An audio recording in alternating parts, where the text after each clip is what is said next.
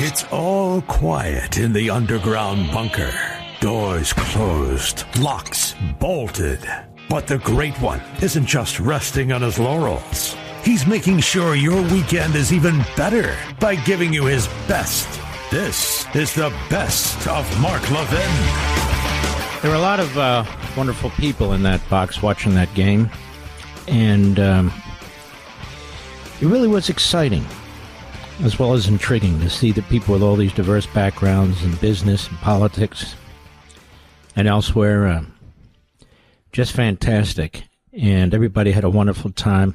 It's not a big, I'm partying like a bunch of fools. I mean, it was just a very, very nice event. And you folks in Pennsylvania are very lucky to have David McCormick. You just are. He's an exceptional individual. As kind as can be. Just fantastic. Now, this drone issue, it's not going to go away until there's some explanation for this. And I think we're not going to get a real definitive answer until President Trump is inaugurated again. Because this guy in the White House, he's a complete fool. But he had what had to be about an hour-long press conference at Mar-a-Lago. I mean, the difference between him and this clown in the Oval Office right now is like night and day. And he's moving from one subject to the other. He's very open about different things. And let's take a listen to this. Cut 5, go. Can you comment on the drones that are flying around New Jersey ports? It seems like the American people have a big distance. The government knows what is happening. Look, our military knows where they took off from. If it's a garage, they can go right into that garage. They know where it came from and where it went. And for some reason, they don't want to comment.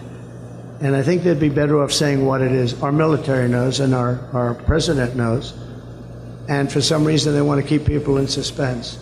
I can't imagine it's the enemy, because if it was the enemy, they'd blast it out. Even if they were late, they'd blast it. Something strange is going on. For some reason, they don't want to tell the people, and they should, because the people are really, I mean, they happen to be over Bedminster. I want to know the truth. They're very close to Bedminster. I think maybe I won't spend the weekend in Bedminster. I've decided to cancel my trip. It's just such a breath of fresh air. And then there's this point that the president makes, and it's interesting because I focused my Sunday opening comment on this, the effort to sabotage the Trump presidency, massive spending, putting rules in place, making it more difficult to remove bureaucrats. And I mentioned this issue also about the selling off the border wall, pennies on the dollar, which means it'll be extraordinarily expensive for us to finish the wall, much more than it otherwise would have been. Here's the president today. Cut 15, go. We ordered an additional 200 miles of wall. It's very expensive. And now it's about double the price of what it would have been 6 years ago. And the administration is trying to sell it for 5 cents on the dollar, knowing that we're getting ready to put it up. And what they're doing is really an act. It's almost a criminal act. They know we're going to use it. And if we don't have it, we're going to have to rebuild it. And it'll cost double what it cost years ago. And that's hundreds of millions of dollars, because you're talking about a lot of wall. I built much more than I said I was going to build. But then after it was built, I said, we can do some more, because it's sort of like water, people flow through. And that will pretty much really take care of it. And what happened is they just, as you see, they're trying to sell it for 5 cents on the dollar. And that's really, that has nothing to do with a smooth transition. That has to do with people really trying to stop our nation. And all it means really is that we're going to spend hundreds of millions of dollars more, not even talking about the time. The time would be pretty long. But we'll spend hundreds of millions of dollars more on building the same wall that we already have. Isn't that horrendous, folks? Seriously. Isn't that just appalling, what's happening here? Then he was asked probably one of the dumbest questions I've ever heard, and he handled it so beautifully. Listen to this. Cut 22, go. Are you entertaining the idea of preemptive strikes against Iran's nuclear facilities? Against Iran's nuclear facilities? Well, I can't tell you that. I mean, it's a wonderful question, but how can am I going to do preemptive strikes? Why would I say that? Can you imagine if I said yes or no? You'd say, that was strange that he answered that way. Am I going to do preemptive strikes on Iran? Is that a serious question? How could I answer a question like that? But think about the structure of the question. Are you going to do preemptive strikes on Iran? Would you tell somebody if you're going to do a preemptive strike? It ceases to be a preemptive strike, doesn't it, Mr. Producer? You just telegraphed it. But, of course, his answer was brilliant. He said, what are you talking about? I'm going to stand here and answer that question? It was one of the dumbest questions you'll ever hear. There was a lot more that was great, but I'm not going to play anymore. Those three clips kind of sum it up. Really, really outstanding. I want to get back to this issue, this celebration, or these excuses for the cold-blooded murder of this poor guy, the CEO of United Healthcare. And his murder wasn't even insured by United Healthcare. Just one of the biggest companies, so he murdered him. And we have, it's funny, when Donald Trump, when they attempted to murder Donald Trump, there's 2 assassination attempts, and the media were very quick to say, it's horrible, horrible, but he's Hitler. I think I pointed out several times. They don't really care. In fact, some of them, in their quiet moments, were hoping that it had succeeded. And I believe this. I believe it strongly. They won't say it, but by their actions and their attitude, that's what they meant. They went right back to the same dehumanization campaign against Donald Trump. The first time they waited a few days, maybe a week, and that was about it. The second time they didn't even wait. It was the next day. And I could point out the hosts on MSNBC and CNN, the New York Times guests, the Washington Post guests. I could point them out. They weren't upset. They were upset that it might turn the public towards Trump. But they weren't upset, many of them. Quite the contrary. And now with this now with this murder of this United Healthcare CEO, it's just incredible. I want to play for you the latest. Let's see, I'm looking for Bernie Sanders, Mr. Perdue. There he is. Now, they always have this, is totally unacceptable. I can't do violence. But, people are getting pissed off. And why is Bernie Sanders on Meet the Press again? Meet the Press, CNN, MSNBC. He's a Stalinist. And they keep pushing him out there because these media platforms, these hosts, the producers, they support him. They support him. That's why they promote him and AOC. These are extremists. These are radicals. But it's okay. And here he goes. Cut 23, go. Elizabeth Warren obviously understands killing and murder and shooting somebody in the back is totally unacceptable. But what I think has happened in the last few months is that what you have seen rising up is people's anger at a health insurance industry which denies people the health care that they desperately need while they make billions and billions of dollars in profit. Let me address this. Let me address this. The government runs a lot of our healthcare system. Runs the VA, runs other programs and insurance programs and so forth.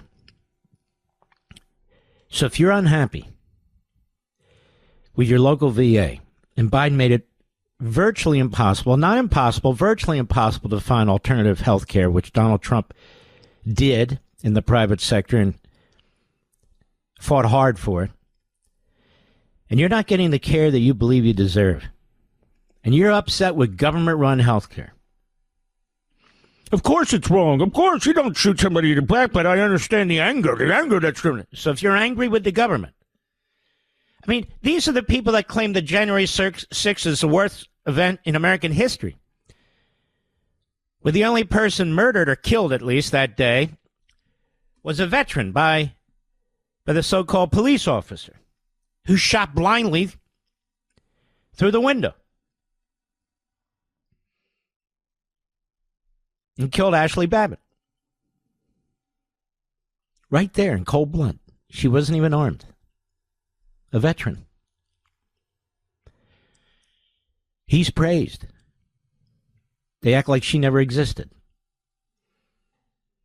And some people had heart attacks after and so forth, and they blame it on January 6th. I mean, so if I have a heart attack today, I can blame it on yesterday, right, Mr. Producer? But the point is, the left always justifies violence. Against the cops, against the system. The left is born in violence. Marxism is a violent ideology. Marx talks about violence. Marx talks about a period of despotism. And 100 million people have died running around talking about Marxism and pushing Marxism and revolting from Marxism and so forth. That's not our philosophy. Our philosophy is not a violent philosophy. We're not interested in overthrowing anything. We want people to embrace, enforce, execute the Constitution of the United States. We're defending liberty. We're defending individualism. Excuse me. We're defending the cops to try and protect the vast majority of the population from violent thugs. We want a secure border. Why? To protect the American people. That's why. We want a strong military. Why? To protect us from evil foreign foes, genocidal monsters. We're not the ones that push an ideology of violence. If you're a Marxist, you're pushing an ideology of violence. In every respect. Where's there ever been a peaceful Marxist revolution? Where's there ever been a peaceful Marxist government? If you're more comfortable with it, where's there ever been a peaceful communist revolution or a peaceful communist government? Never. Never. Healthcare system. You know, the sad thing is the propaganda on the left often works. Because everybody doesn't get everything they think they should get out of the healthcare system or out of any system. Tell me, what about government education? How's that going? It sucks. The test scores are going down. Children are being taught a lot of mush and worse. So it's okay to get violent there? No. People shouldn't get violent. But the left controls it with the teachers' unions and the administrators that come out of the teachers' unions, right? How about our colleges and universities? Same thing. And yet who's violent? The Marxists at the colleges and universities, the Islamists at the colleges and universities.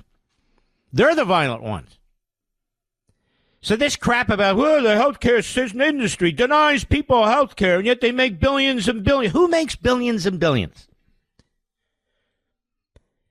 How much does it cost to bring a brand new drug to the market? How come the news reporters never explain that? How much does it cost? How long does it take? How many people are involved? It's enormous. It's enormous. Billions and billions of dollars, he says. The federal government gets trillions and trillions of dollars and pisses away billions and billions of dollars. And yet he favors more government. Mark Levin.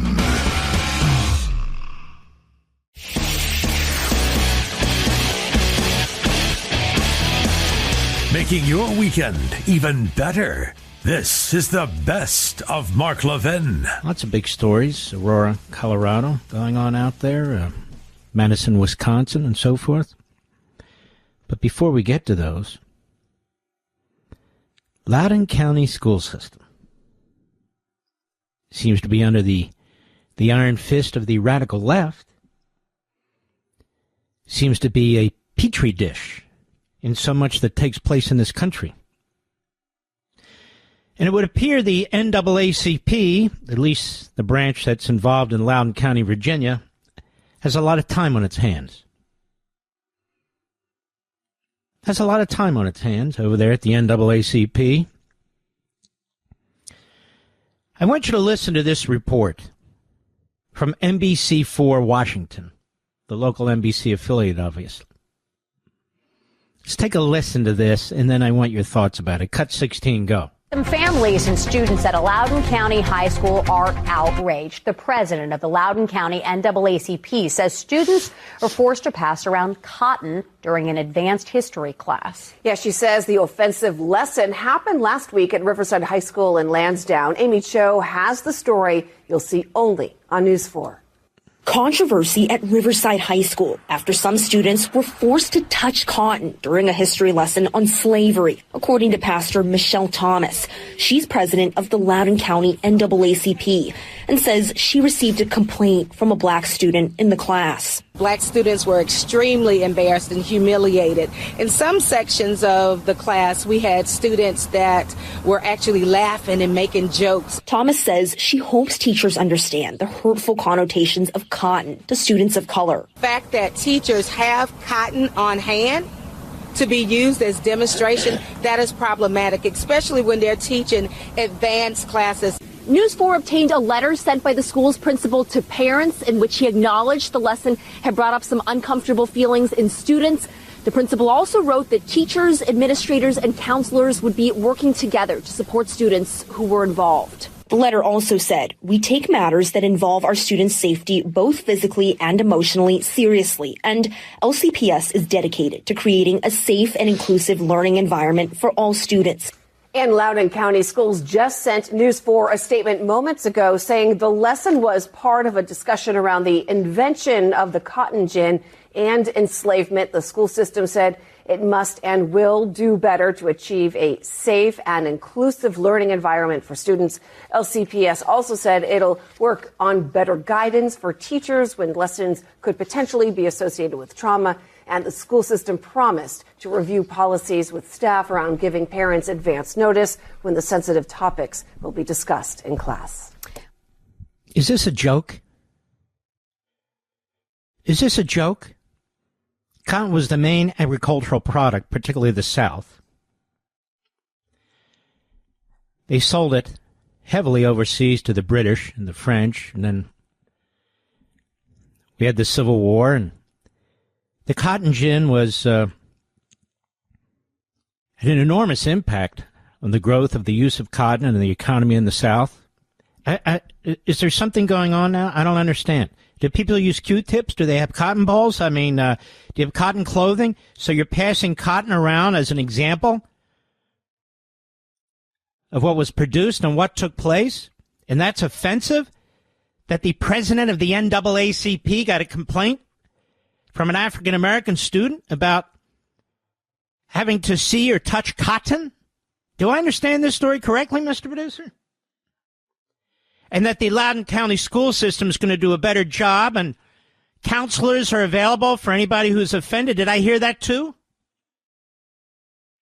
Now, what the hell is this? If you want to teach American history, the good, the bad, and the ugly, you want to teach slavery, how do you avoid cotton and the cotton gin? I'm quite serious, and its impact on the South. Actually, its impact on the American Revolution, as a matter of fact. So it was racially insensitive to pass around cotton? Is this serious? And did you hear how serious the report was? The fact that NBC4 Washington found this to be an imperative news story, it's crazy. So that tells me the local NAACP in Loudoun County doesn't have enough to do. And so this apparently rises to the top of the list. Cotton being handed out or being shown in a classroom teaching history. And as the school district did say, the impact of the cotton gin and cotton on the South. That is highly relative. In fact, many slaves were brutalized picking cotton in the South. So this is nuts, absolutely nuts. It's an amazing thing. You know, DeSantis was under attack in Florida because he rejected this CRT crap and the wokeism crap and all the rest. Said, no, you teach history, the good, the bad, and the ugly. So when you're talking about cotton, and cotton was used in the South, how slaves were picking it and brutalized picking it, that's the bad and the ugly right there of American history. No. You can't pass cotton around in the classroom because that's offensive. Passing cotton around in the classroom is offensive, says the pastor, president of the NAACP of Loudoun County.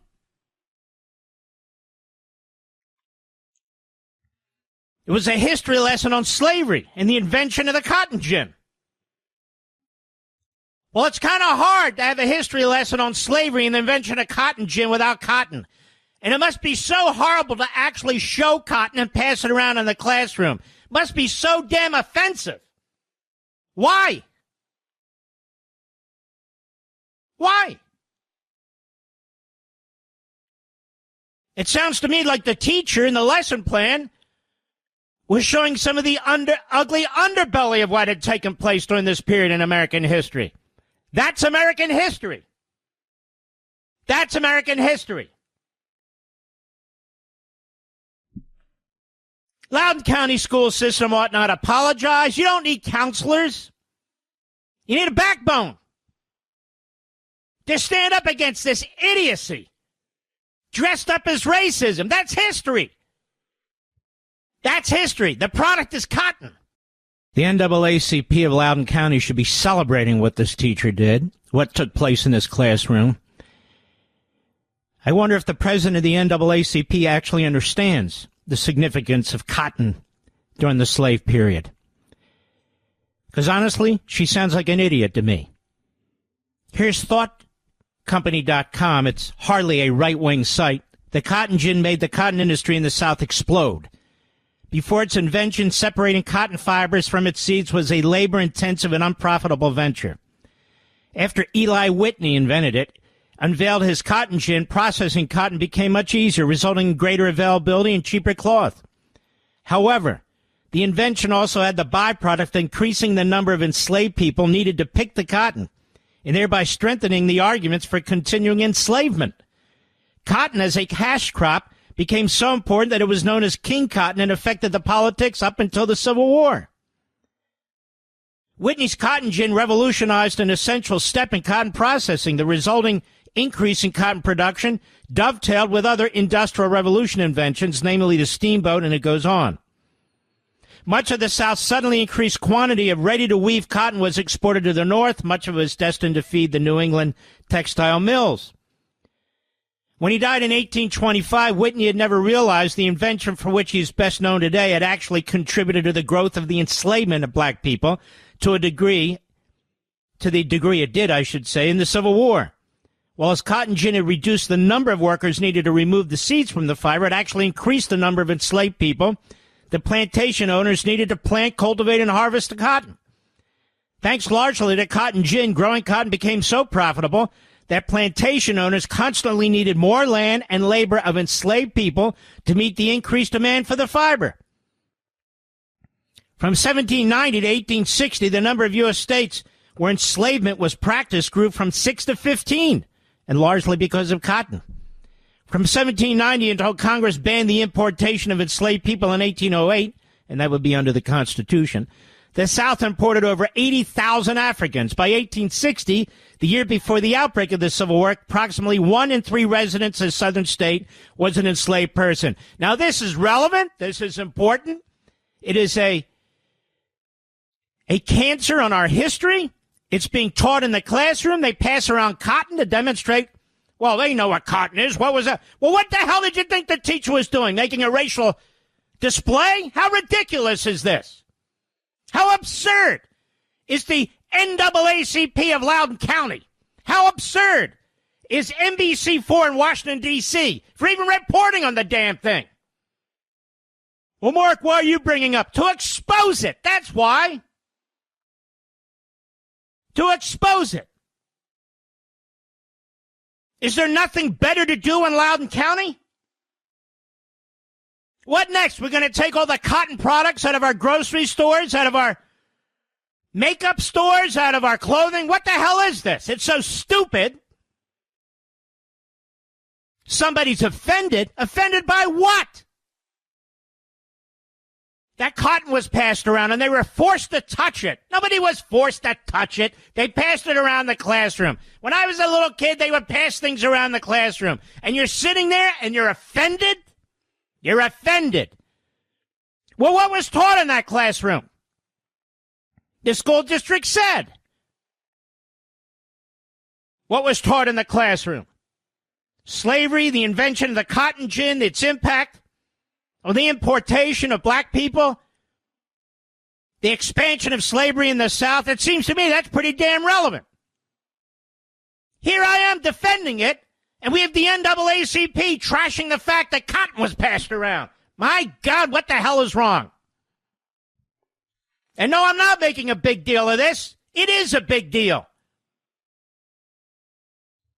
If you're a real teacher, and it's a real classroom, and you want to teach real history, you're putting your career on the line. I don't give a damn what the president of the Loudoun County NAACP thinks. What do you think of that? If this is the best she can do,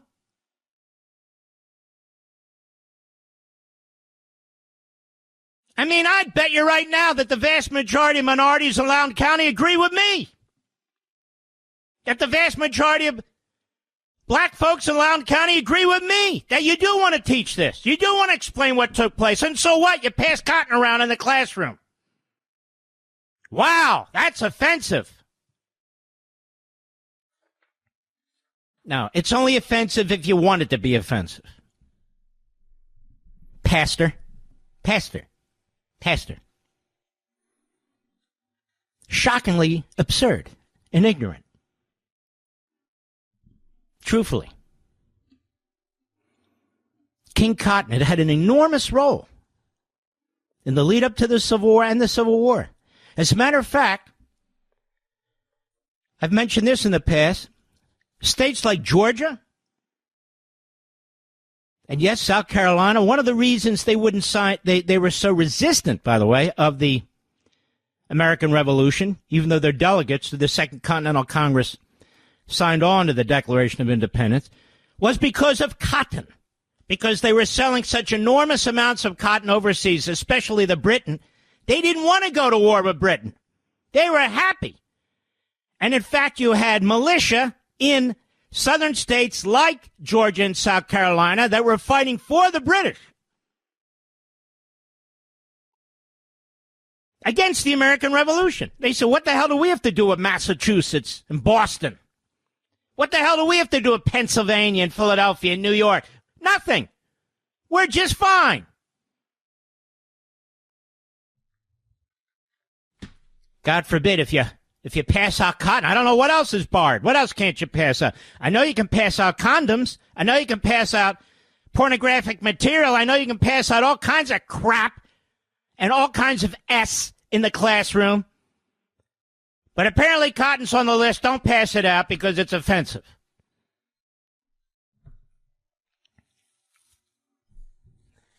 And the NAACP, the local NAACP, is very offended because they got some students who were offended. At least one African-American student was offended. He should have been sat down. It should have been explained to him. It should have been put in context by the NAACP. They're the ones who should be applauding the fact that this course is being taught, that this teacher, whomever he or she is, has taught it. Notice there's not a word in this entire report or by these comments by this pastor that anything offensive was said, that there was any racist implications whatsoever. It was the cotton that was passed around. Don't you see? No, I don't. Mark Levin.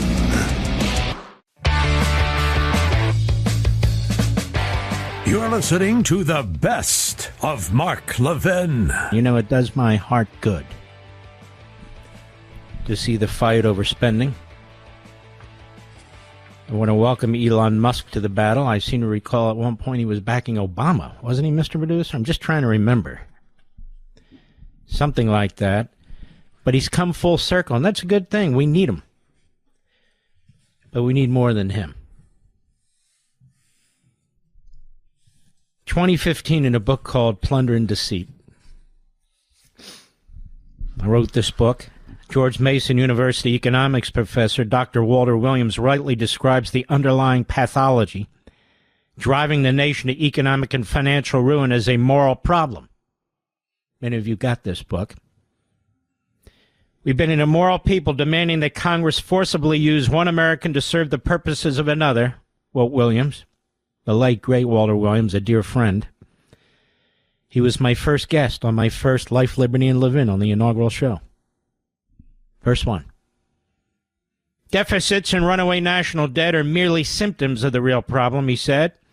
As Williams states, nearly 75% of today's federal spending can be described as Congress taking the earnings of one American to give to another through the thousands of handout programs such as farm subsidies, business bailouts, and welfare. And some of the people today leading the battle over this continuing resolution to kill it support ethanol, which is a subsidy.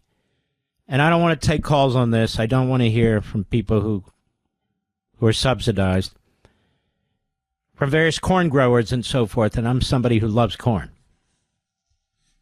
Dr. Thomas Sowell, senior fellow at the Hoover Institution, Stanford University, at least then, remember this was 2015, notes that there was a time when the purpose of taxes was to pay the inevitable costs of government. To the political left, however, taxes have long been seen as a way to redistribute income and finance other social experiments based on a liberal ideology. But it's not just to the left, it's Republicans too. The consequences for the rising generation, as I called, and future generations of the statist's immoral, politically expedient, and economically ruinous behavior and policies are unambiguous, as evidenced by statistic after statistic, which are mainly ignored, discounted, or excused by most of the media, academia, and, of course, governing status. Now, I'm going to tell you why almost everybody in this debate is a phony. Even many in the Freedom Caucus. Why many in this debate are phonies. They're fighting over discretionary spending, which is a good fight to have, but it's also a small percentage of the budget now. A significant majority of the budget goes towards so-called entitlements. Social Security, Medicare, Medicaid, and other entitlements. Now, many of you might be shocked. You, like I, have spent a lifetime paying into Social Security and Medicare. I'm 67 now. I received Medicare. I didn't even want to receive Medicare. I wanted to keep my private health care. Medicare said that's against the law. And the private health insurer said, we're not allowed to, whether we could or not. So we won't. After contributing all the money I've contributed to Medicare, Mr. Producer, I didn't want to be a part of it, and I was forced to. Shocking. I don't want to be a part of Social Security, but I'm forced to. God knows how much money I've poured into Social Security. I don't want to be a part of it, but I will receive some back. And here's the thing. Nobody in the executive branch, nobody to my mind in the legislative branch, nobody beating their chests, pounding the drums, patting themselves on the back of the heads as real budget cutters want to touch Social Security, Medicare, Medicaid, children's health insurance program, and so forth. Nobody. Nobody. And yet they're going bankrupt. The trustees for Medicare and Social Security have told us they're going broke. Now, right now. And nobody wants to talk about it. Nobody. But I'll talk about it. All the tough guys out there want to fight over what are really essentially crumbs. This is make and break. As I wrote back then, Social Security and the federal government's health care programs, Medicare, Medicaid, Children's Health Insurance Program, and subsidies related to Obamacare will double in relative costs over the next several decades. Again, 2015, I wrote this. The past 40 years have together consumed an average of 7% of the GDP. However, they're expected to increase to 14% by 2039. Social Security, Medicare, Medicaid account for 60% of the government non-interest expenditures in recent years. It's more than that now, closer to 70%. For example, in 1970, social programs accounted for 32% of total expenditures. Social programs grew to 44% of federal expenditures in 1980 and 1990, 54% in 2000. They were promoted as safety net programs for the protection of the poor and the elderly and the vulnerable. But in each case, the programs have snowballed and have become unsustainable. The Congressional Budget Office, CBO, expects their spending percentages to continue increasing indefinitely. Although this topic will be addressed, and I say more fully in another chapter, suffice it to say, the Social Security benefit cost explosion has been predicted for decades. There are currently 58 million people receiving Social Security benefits, probably closer to 78 million today. By 2024, that number will grow to 77 million. There I was, close. 2039, there will be 103 million eligible beneficiaries. Average benefits are on the rise, as is the number of people qualified to receive benefits. And they want illegal aliens to receive benefits on top of everything else. Over the next 10 years, there will be a 38% increase in the number of people over 65 years of age and entitled to receive Social Security benefits. By 2039, CBO reports, there will be an 82% increase in the number of those who are over 65 years of age. We have a growing elderly population. Increases will be caused in significant part by the influx of retirees and beneficiaries and the outstretched benefits promised by these programs, particularly with the huge expansion of federal health care spending. These are my words. I wrote this, 2015, and it was a very lonely time, Mr. Producer. I didn't hear anybody join in. Nobody. In fact, I keep hearing people running for office saying, we're not going to touch Social Security and Medicare. Well, then you're not serious about the debt. Because now's the time to touch it by grandfathering in those who receive it, grandfathering in everybody who's 55 and older, and then anybody who's younger than 55, adjusting the system, modifying it so they have something when they're done, rather than redistribution of wealth. But no, we can't discuss it.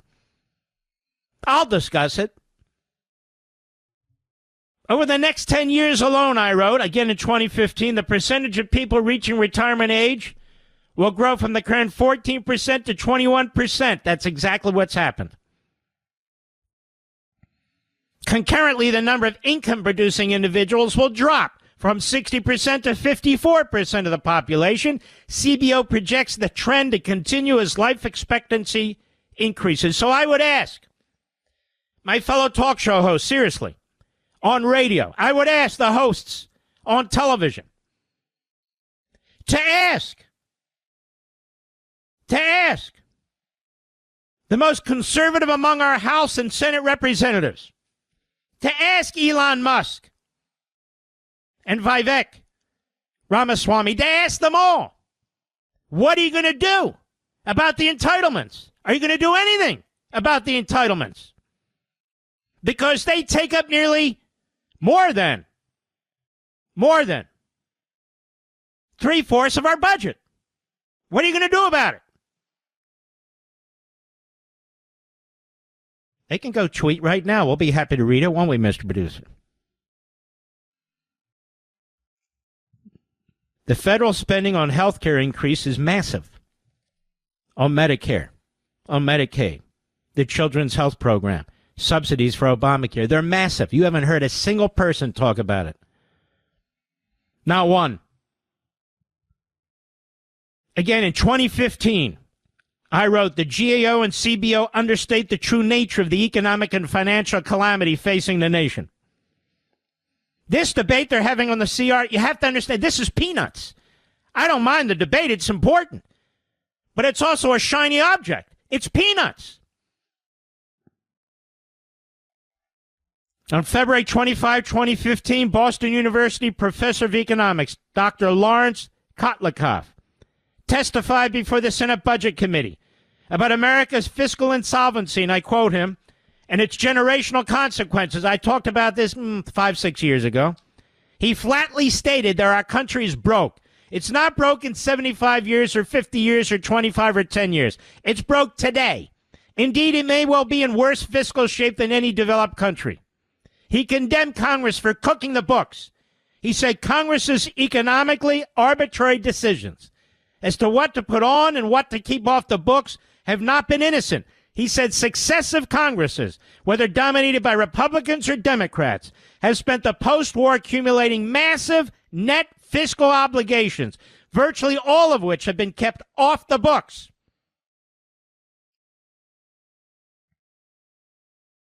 He explained that the real debt picture is far worse than the federal government admits. Again, this is 9 years ago.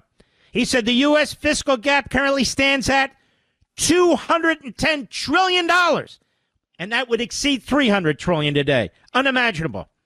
The size of the U.S. fiscal gap, $210 trillion, he wrote 9 years ago, is massive. It's 16 times larger than the official U.S. debt statement, which indicates precisely how useless official debt is for understanding our nature's true fiscal position.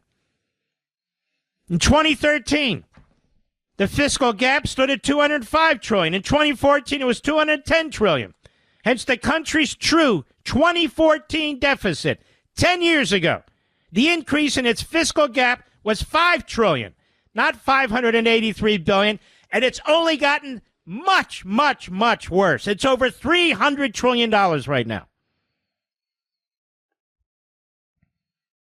Do you hear a single member of Congress talking about this? No.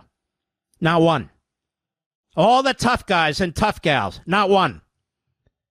Professor Kotlikoff concluded, what should be obvious to all, U.S. post-war generational policy is accurately characterized as take as you go. Over the decades, Republican and Democrat Congresses and administrations have taken ever larger amounts of resources from young workers and transformed them to older workers. The resources taken from the young, given to the old, it's called taxes.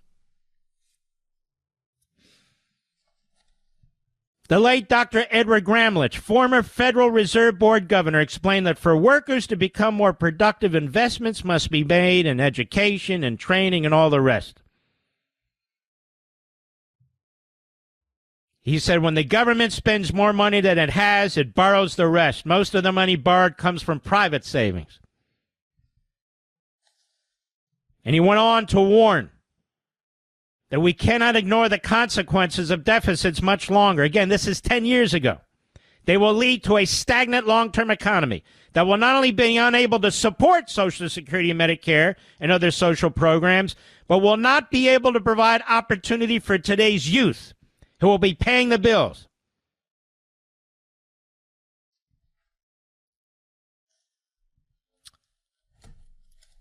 That's the real situation. Even the most outspoken so-called fiscal hawks. You don't hear this stuff from Rand Paul. He likes to consider himself the real libertarian, the real fiscal watchdog. He's a mouse. We need a lion. He's a mouse. We need a lion. This has been known for decades. We've been ringing the bell behind this microphone for decades. Decades. And yet we hear crickets. Crickets. So they'll fight over the continuing resolution. That's good. That's a start. But it's a tiny fraction of a percentage of what's at stake. They know it. I know it, and now you know it. Mark Levin.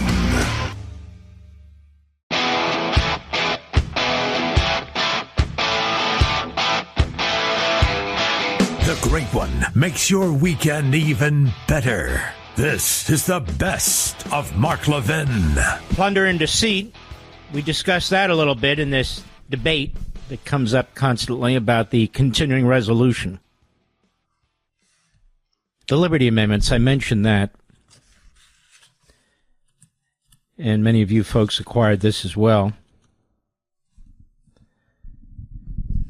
And I undertook this and I said, Restoring the American Republic. That's the first chapter. I undertook this project not because I believe the Constitution as originally structured is outdated and outmoded, thereby requiring modernization through amendments, but because of the opposite. That is the necessity and urgency of restoring constitutional republicanism and preserving the civil society from the growing authoritarianism of federal Leviathan.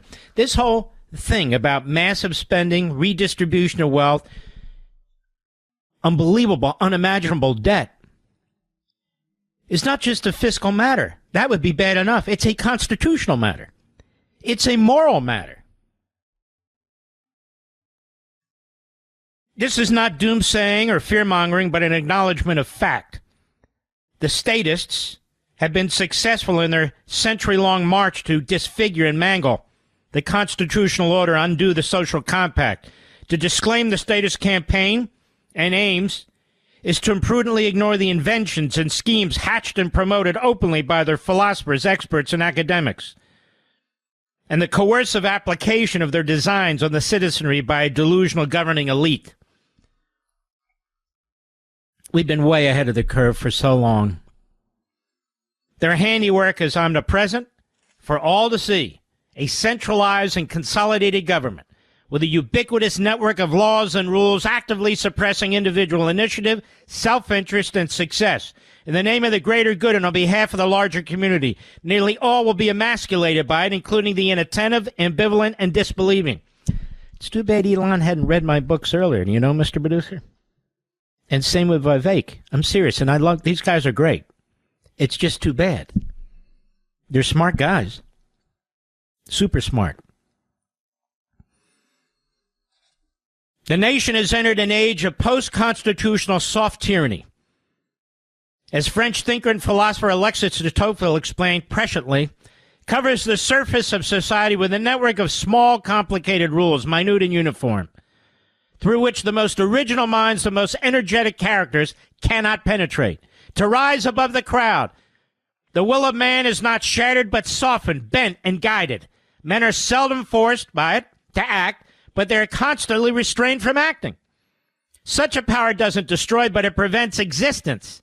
It does not tyrannize, but it compresses, extinguishes, stupefies a people, till each nation is reduced to nothing better than a flock of timid and industrious animals, of which the government is the shepherd. And as I write, social engineering and central planning are imposed without end, since the governing masterminds, drunk with their own conceit and pomposity, have wild imaginations and infinite ideas for reshaping society and molding man's nature in search of the ever-elusive utopian paradise. Their clumsy experiments and infantile pursuits are not measured against any rational standard. Their piousness and sanctimony are justification enough. You realize I haven't read this book since I wrote it, Mr. Producer? It's coming back. Today, Congress operates not as the framers intended, but in the shadows, where it dreams up its most notorious and oppressive laws, coming into the light only to trumpet the genius and earnestness of its goings-on and to enable members to cast their votes. The people are left lame-brained and dumbfounded about their so-called representatives' supposed good deeds, which usually take the form of omnibus bills, numbering in hundreds, if not thousands of pages. Got it? And utterly clueless about the effects these laws have on their lives. Of course, that's the point. The public is not informed, but indoctrinated, manipulated, and misled. Congress also and often delegates unconstitutionally lawmaking power to a gigantic yet ever-growing administrative state that in turn unleashes on society myriad regulations and rules at such a rapid rate that people cannot possibly know of them either. And if by chance they do, they cannot possibly comprehend them. Nonetheless, ignorance, which is widespread and deliberately so, is no excuse for noncompliance, for which the citizen is heavily fined and severely punished. When did I write this one? Let's see. I wrote this book, stick with me, in 2013. Almost 12 years ago. All sounds familiar, doesn't it? Not to be outdone, the current occupant of the Oval Office, who was Obama at the time, sees his primary duty as fundamentally transforming the United States of America. And I go on about him. And it goes on. Today, this is glorified and glamorized as compassionate progressivism. That is, this massive, centralized power grab and devourment of the culture. The framers called it despotism. In Federalist 48, James Madison, considered the father of the Constitution, wrote, "An effective despotism was not the government we fought for, but one which should not only be founded on free principles, but in which the powers of government should be so divided and balanced among several bodies of magistracy, as that no one could transcend their legal limits without being effectively and effectually checked and restrained by the others." By the others. So what are these proposals in the Liberty Amendments? So we've talked about plunder and deceit. The amendment to establish term limits for members of Congress. You cannot do it by statute. This is fundamental and it's crucially important. And not only for members of Congress, but limitations on how long individuals can work as staffers on Capitol Hill. This is crucial too. That's Chapter 2. Chapter 3, an amendment to restore the Senate. The Senate should be chosen by state legislatures. It's not a glorified House of Representatives or House of Lords even. It should have been chosen by the state legislatures because the state legislatures are the closest to the people. Not the governor, not the lieutenant governor, not the attorney general of the state, your state representative. What else? An amendment to establish term limits for Supreme Court justices and supermajority legislative override. I believe in term limits for Supreme Court justices. Many on the left have now embraced that view. I believe in it. Does it mean that some of our constitutionalists will have to leave? Yes. But it also means that some of their kook radicals have to leave too. Because the more the courts act like a legislature, and under the Democrat activists they're intended to, then there's no point to a lifetime appointment. Supermajority legislative override. I said at that point that 3/5 of the state legislatures, not the states as a whole, the state legislatures, should have the power to overrule and annul a Supreme Court decision if it's done within 24 months. Not to rewrite it, not to amend it, to annul it. Same with 3/5 of the House of the Senate. The same power. Why?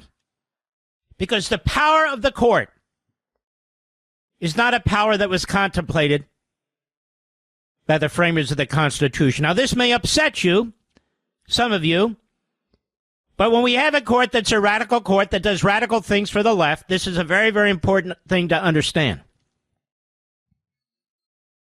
Very important thing to understand. I propose two amendments to limit federal spending and taxing. An amendment to limit the federal bureaucracy. An amendment to promote free enterprise. An amendment to protect private property rights. An amendment to grant the states authority to directly amend the Constitution with a super number of state legislatures, rather than going through either of the existing processes, because the Constitution is amended every day by radical activists on the courts, by radicals in Congress, and by an unelected bureaucracy. An amendment to grant the states authority to check Congress, and by that I mean an authority to check legislation that comes from Congress, again with a supermajority vote of the state legislatures.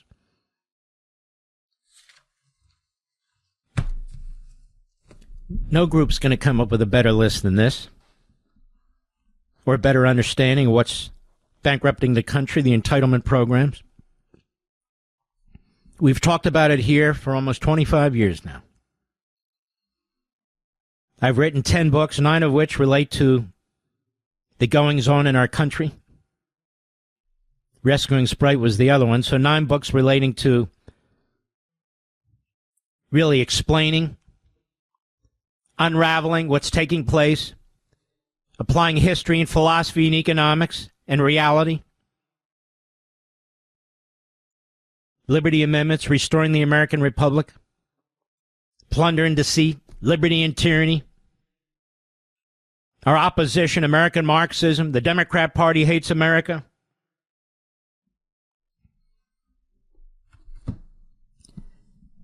And I dare say that millions and millions of these books have sold. Millions and millions of people have read them, including many of you.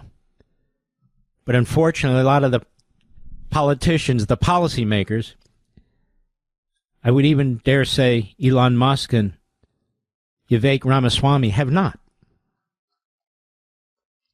They're not compelled to. It's not a requirement. But it seems to me it sure as hell would help. All right, we're going to move into a few other subjects, but I felt this really deserves some focused attention this evening, considering the debate that's going on. I see Tom Massey from Kentucky has said, I will not vote for Speaker for Mike Johnson. Okay, great. Now what? Nothing. He has no answers. He's got nothing. Thomas Massey has nothing. Nothing. Doesn't have a replacement. Doesn't know how to get stuff through. He doesn't have anything. Zippo. These things that I'm talking to you about, constitutional, Convention of States, we need to enshrine systemic changes on how Congress works or doesn't work, on how Congress oversees the bureaucracy.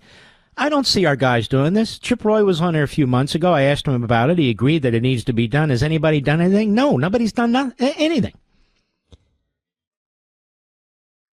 And so they have these spitting matches, these spitball matches over a tiny fraction of the budget.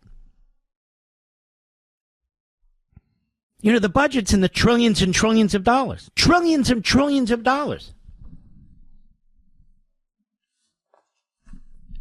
Our annual deficit's now well over $1 trillion. Mark Levin.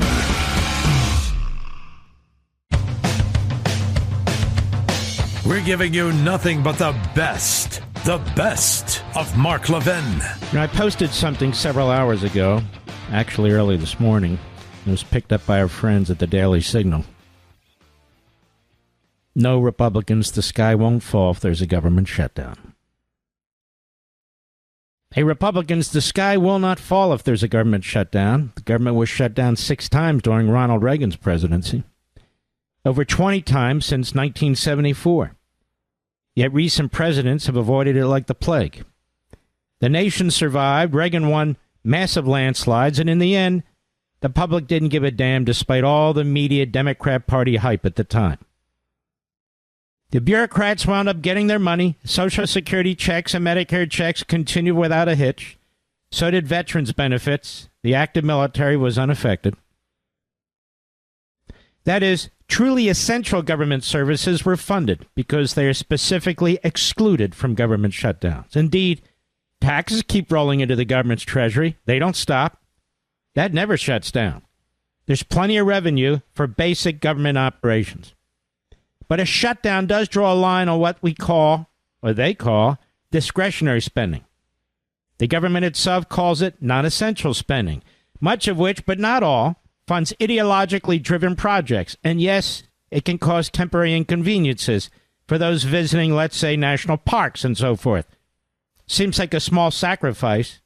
In fact, it's a very, very small sacrifice. Many years ago on this radio show, budget guru and now Trump-hating never-Trumper Paul Ryan told me that the government never really shuts down. Indeed, he said when there is a so-called government shutdown, about 17% of the government actually shuts down. Remember that, Mr. Producer? And when you think of it, since the biggest entitlements are unaffected and they make up the overwhelming majority of government spending, well, that makes sense then, doesn't it? And by the way, no one, and I mean no one, will discuss reforming any of the big entitlement programs, not even the self-anointed fiscal conservatives. We're talking about a pittance in relative terms now. Nonetheless, the Republicans need to take a stand somewhere. At least it'll be a beginning. They should explain to the people that the Democrats and too many of their fellow Republicans spend, borrow, and steal like pirates, which will bankrupt the country for their children and grandchildren, further drive up inflation, including the cost of food, clothing, and energy, destroy the value of their paychecks and pension checks, eventually collapse the government altogether, and that this drug-like spending addiction must be broken before it's too late, which it already may be. The Republicans shouldn't act defensively or out of fear, but boldly and proudly. They should speak up and speak to the people. In a way, this is like the abortion issue. What, you ask? The Democrats and their D.C.-based media lied about abortion and exploited it and fear-mongered it in the last election in the belief they would ride it to victory. Their propaganda became more extreme and insane the closer to the election. They truly believed that they had an issue that would drive them to victory. It was pounded and pounded and pushed, but the people didn't buy it. Even more, there were much bigger issues about which the public cared. Well, the Democrats and their media lost in a landslide, didn't they? And it turned out that the tactics were of no consequence. The economy was the number one issue. Do the right thing, Republicans. It also happens to be good politics. You might actually get used to it and stop destroying each other. Just get your collective act together and fight. This continuing resolution is just a baby step.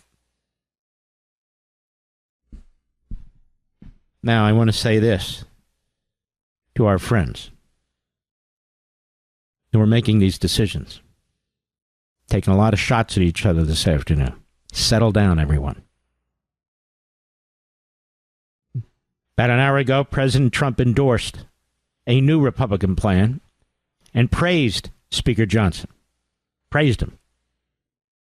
Excellent. Excellent. And I want to add that Chip Roy is a good and patriotic man. If they try and primary him, I will continue to support Chip Roy, as I support Speaker Johnson, as I support President Trump. We can work these things out if we stay focused on achieving our goals and principles. And the real enemy, that's the Marxist Democrats. They must be crushed. And the only way they're crushed is if we are united and stay united. And stick with our principles. Doesn't mean we'll get everything we want, even within the Republican Party, but we need to get a lot of it.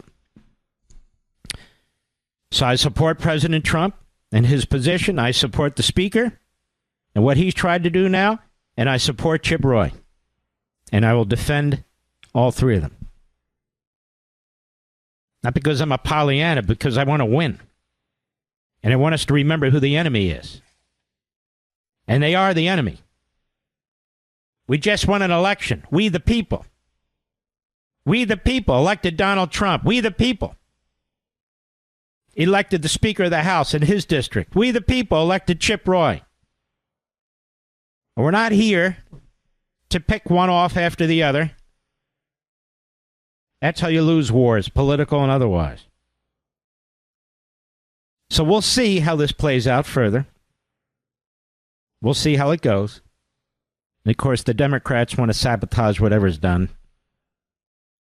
So beware of that. Now, ladies and gentlemen, there have been two pieces written, one by the New York Times and today by the Wall Street Journal, and I'm talking about the news sections, on how Joe Biden had dementia, how Joe Biden could never have finished a second term, New York Times says, how Joe Biden's staff and others covered up for him.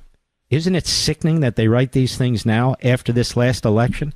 Isn't it sickening that they didn't write it a year ago? Isn't it sickening that I came behind this microphone and on TV and on Blaze over and over again over the course of years, that I laid it out, that he's at stage 5 out of stage 7 of dementia, and you didn't even need me to lay it out. You could see it yourself, the roaming around, the videos, the staring into Never Land, the gibberish and all the rest. We all know it. And those of us who have family members with Alzheimer's or dementia, we see it and we saw it.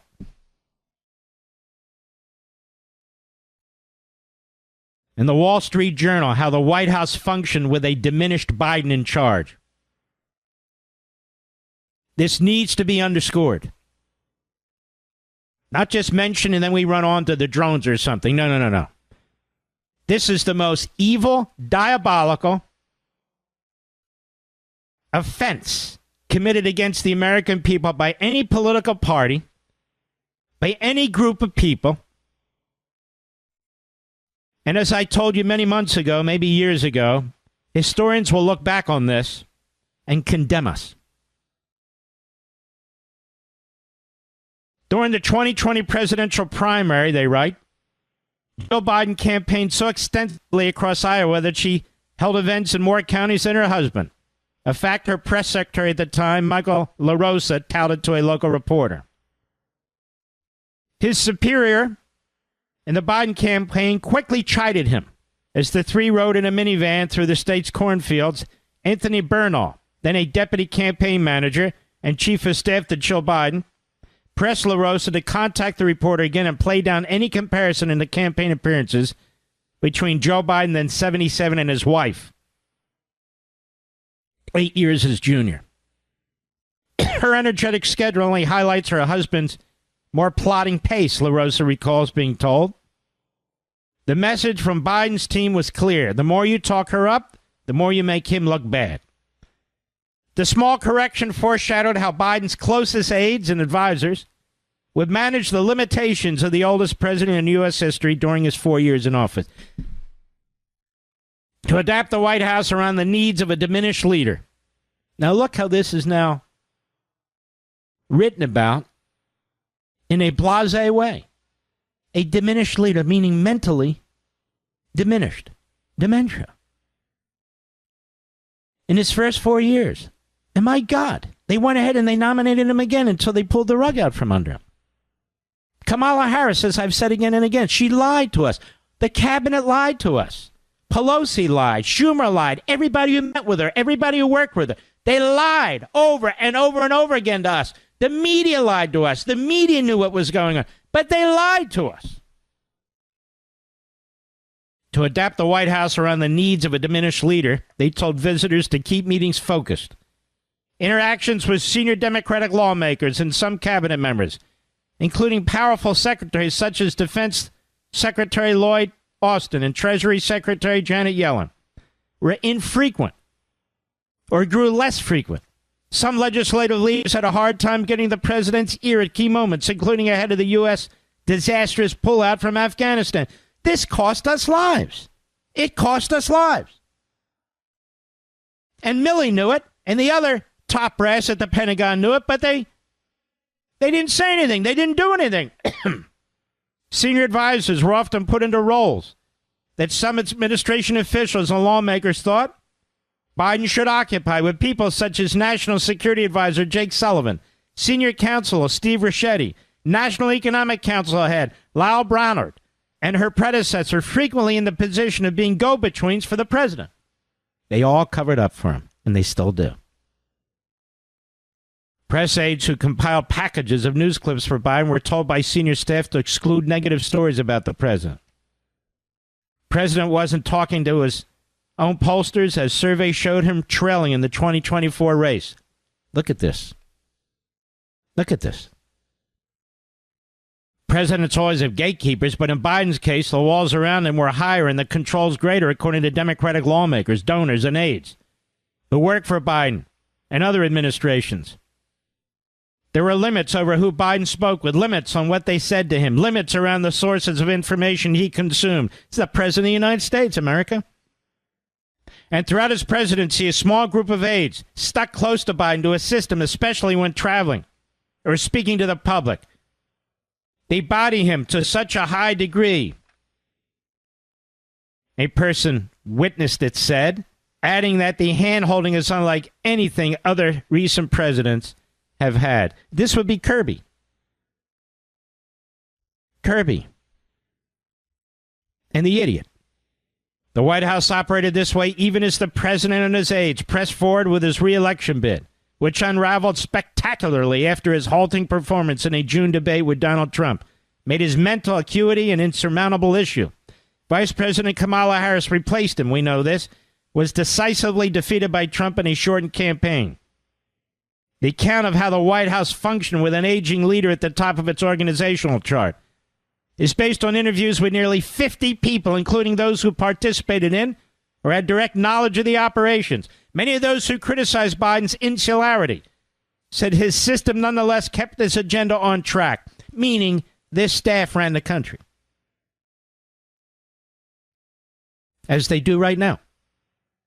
White House spokesman Andrew Bates, this guy's a complete lowlife, said Biden earned the most accomplished record of any modern commander-in-chief and rebuilt the middle class because of his attention to policy details that impact millions of lives. Rebuilt the middle class?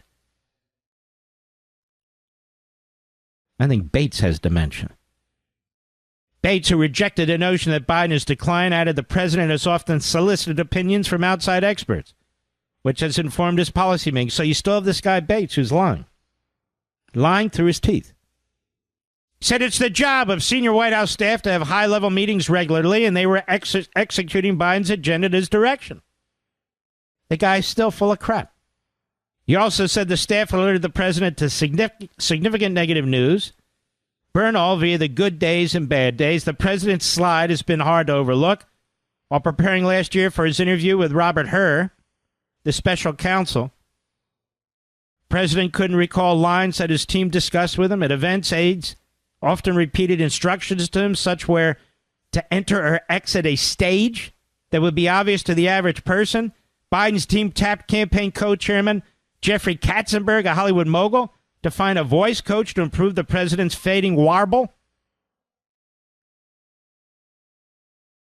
The system put Biden at an unusual remove from cabinet secretaries, the chairs of congressional committees, and other high-ranking officials. You know, the article goes on and on. And can you imagine what foreign leaders thought, especially our enemies? They knew what they were dealing with. The Democrat Party, the staffers, the cabinet, leading Democrats in Congress, the Washington, New York media, they lied to us, and they didn't care what peril they put the country in. They backed him up for re-election until it became obvious to every single soul in the world that he had dementia. These people, they betrayed us. They betrayed us.